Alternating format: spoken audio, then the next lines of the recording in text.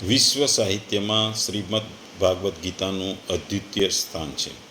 એ સાક્ષાત ભગવાનના શ્રીમુખથી નીકળેલી પરમ રહસ્યમય દિવ્યવાણી છે. ભગવદ્ ગીતા અધ્યાય 2 શ્લોક 46.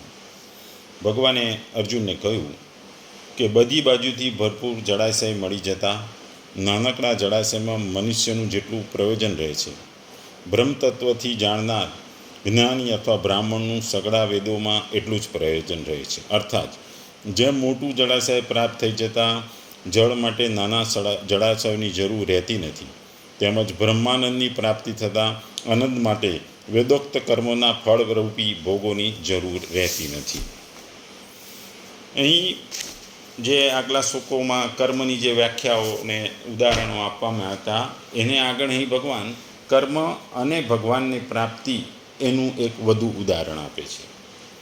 અહીં ભગવાન કહે છે કે જળથી સર્વથા પરિપૂર્ણ, સ્વચ્છ, નિર્મળ અને મહાન સરોવર પ્રાપ્ત થાય તો મનુષ્ય નાના નાના જળાશયોની કોઈ આવશ્યકતા રહેતી નથી.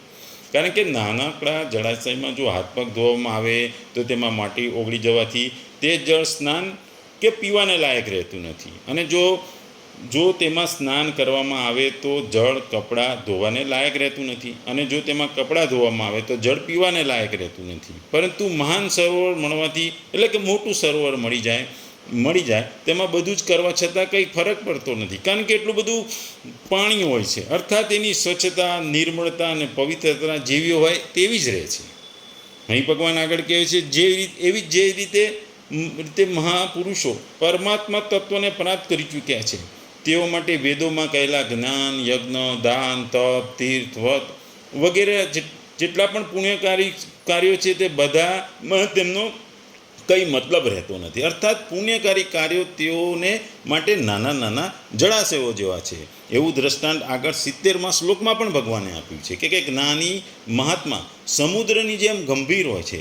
તેની સામે ગમે તેટલા ભોગ આવી જાય પણ તેમાં કોઈ વિકૃતિ પેદા નથી કરી શકતા.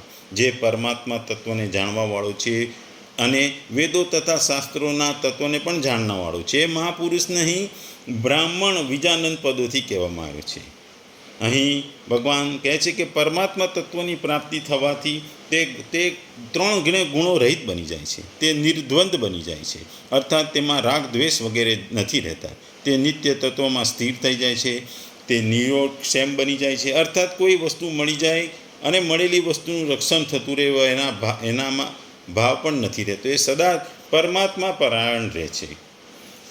આમ તો અહીં ભગવાન એમ કહે છે કે વૈદિક સાહિત્યમાં કર્મ વિભાગ વર્ણવેલા છે. ધાર્મિક વિધિ તથા જ્ઞાન યજ્ઞોનું ધ્યેય આત્મા સાક્ષાત્કાર વિકાસને પ્રોત્સાહન આપ્યું છે. પણ ભગવાન અહીં કહે છે કે ભગવાન કૃષ્ણ જણાવે છે કે વેદનું અધ્યયન એ ધ્યેય નથી, તેથી તેનો આત્મ સાક્ષાત્કારનો અર્થ નથી. કૃષ્ણને જાણવામાં તથા તેમની સાથે આપણા સનાતન સંબંધને જાણવો એ જ મહત્ત્વનું છે. કૃષ્ણ સાથેના જીવનનો સંબંધ એ બહુ મહત્ત્વનો છે, જે આગળના 15મા અધ્યાયમાં પણ ભગવાન કહે છે. ભગવાન કહે છે કે માટે મનુષ્ય માત્ર વિધિ વિધાનોના આસક્ત થયા વિના વેદોનો ખરો હેતુ સમજવા પૂરતું બુદ્ધિશાળી હોવી જરૂર છે. તેણે ઉચ્ચ કક્ષાના ઇન્દ્રિયો ભોગો પ્રાપ્ત કરવા માટે સ્વર્ગીય ગ્રહોના ઉન્નતિ પામવા આકાંક્ષા રાખવી જોઈએ નહીં. આ યુગમાં સામાન્ય માણસ માટે વૈદિક કર્મકાંડમાં સર્વ વિધિ વિધાનોનું પાલન કરવું શક્ય નથી. આ બધા વેદાંતો અને ઉપનિષદોનો સંપૂર્ણ અભ્યાસ કરવો પણ શક્ય નથી. વેદોના ઉદ્દેશોનું ચરિતાર્થ કરવું પણ શક્ય નથી. માટે અહીં ભગવાન આ સરોવરનું ઉદાહરણ આપીને કહે છે. અહીં ભગવાન વેદોને નીચા નથી ગણતા. એ કહે છે વેદોમાં જે આપ્યું છે એ જ્ઞાન સીમિત છે, વેદો પૂરતું છે, સારું છે, ચોખ્ખું છે, પણ એનાથી પણ આગળ જો બ્રહ્માનંદની પ્રાપ્તિ થાય એ સૌથી ઊંચું છે.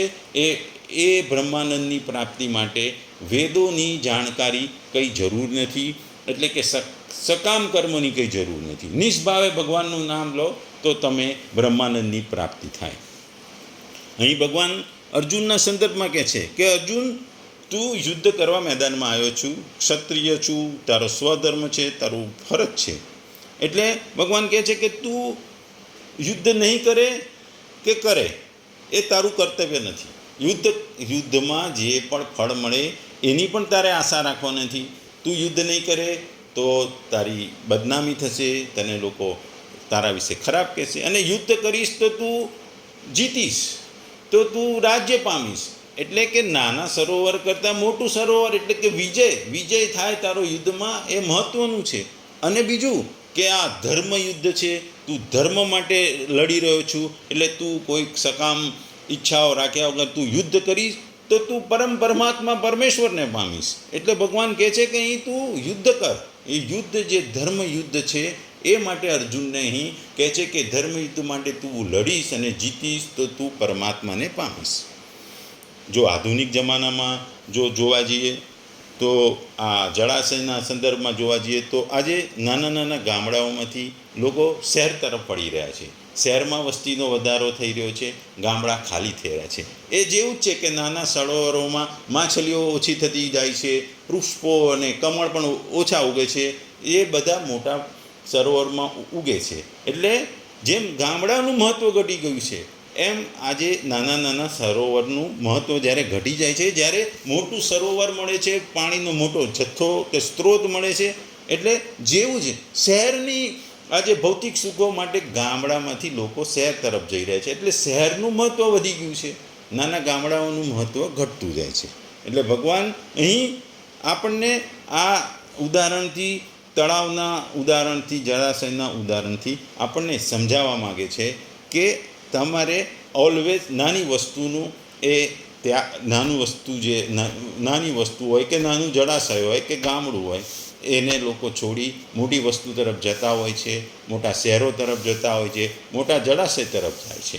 આમે નદીઓ પણ છેલ્લે સાગરને મળે છે, નાની નદીઓ એ મોટી નદીઓ છેલ્લે સાગરને મળે છે. એટલે સાગર પણ એ વિશાળતાનું પ્રતીક છે, એ વિશાળ છે.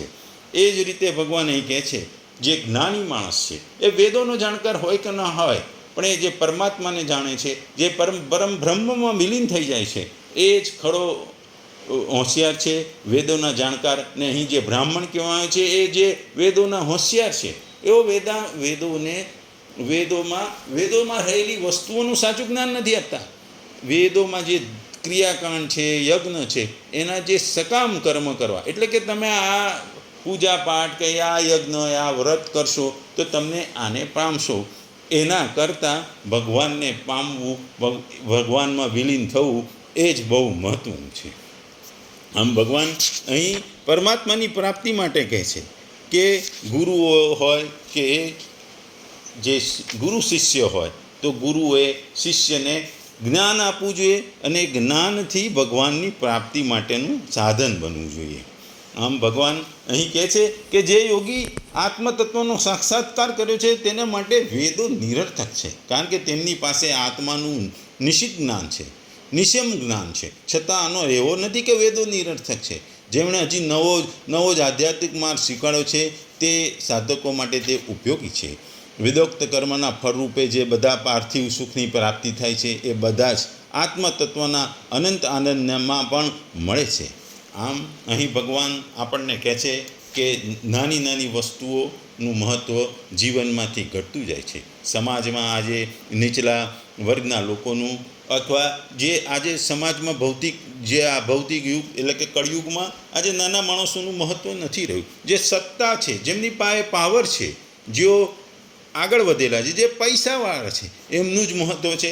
નાના નાના માણસોનું કોઈ મહત્ત્વ નથી, એમને ગણવામાં નથી આવતા.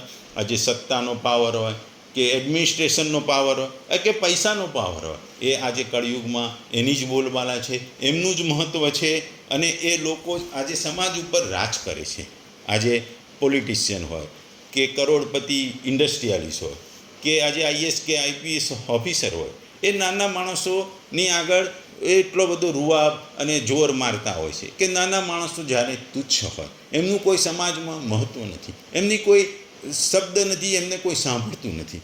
એટલે ભગવાન એ જળાશયના ઉદાહરણથી આપણને સમજાવી રહ્યા છે કે જ્યારે મોટું જળાશય મળે તો નાના જળાશયની કિંમત નથી, એમ નાના માણસોની પણ લોકો કિંમત નથી કરતા. તેઓ રાજકારણીઓ સાથે, પૈસાદાર લોકો સાથે કે એડમિનિસ્ટ્રેટિવ ઓફિસરો કે IAS IPS જોડે સંબંધ રાખવા માગતા હોય છે. નાના માણસો, નીચા વર્ગના કર્મચારીઓને સાથે સંબંધની એમને કોઈ કિંમત નથી હોતી અને એ લોકો રાખવા બી નથી માગતા. એટલે ભગવાન ટૂંકમાં અહીં કહે છે કે નાના માણસોનું અસ્તિત્વ છે નહીં અને જે વેદો અને એની ક્રિયાથી જે જ્ઞાન અને જે સકામ ઈચ્છાઓ છે એના કરતાં બ્રહ્માનંદની પ્રાપ્તિ થાય. અને બ્રહ્મ એટલે કે બ્રહ્માનંદની પ્રાપ્તિ એટલે પરમેશ્વરને પ્રાપ્ત થાય, પરમાત્મામાં આસક્ત થઈ જઈએ, પરમાત્મામાં વિલીન થઈ જઈએ, પરમાત્માને જાણી લઈએ, તો એ જ ખરો કર્મ છે અને એ જ મોટો ફળ છે. એટલે ભગવાન અહીં આપણને ભગવાનમાં વિલીન થવા કહે છે કે જેવી રીતે પુરુષના બધા જ ભાગોમાં મમતા આસક્ત તજીને સચ્ચિદાનંદના ધર્મ પરમાત્માને જાણી લે છે, જેને પરમાનંદ સાગર પૂર્ણ ભર્મ પરમાત્માની પ્રાપ્તિ થઈ જાય છે, તેને આનંદ પ્રાપ્તિ માટે વેદદત્ત કર્મના ફળરૂપી ભોગોનું કશું પ્રયોજન કરવાતા નથી. તે સર્વથા પૂર્ણ કામ અને નિત્ય તૃપ્ત થઈ જાય છે. તેથી જ આવી સ્થિતિ મેળવવા માટે મનુષ્યે વેદોના કર્મોના ફળ સ્વરૂપ ભોગોની મમતા આસક્તિ અને કામનાનો સર્વથા ત્યાગ કરી પૂર્ણરૂપ નિસ્ત્રેય ગુણ્ય થઈ જવું જોઈએ.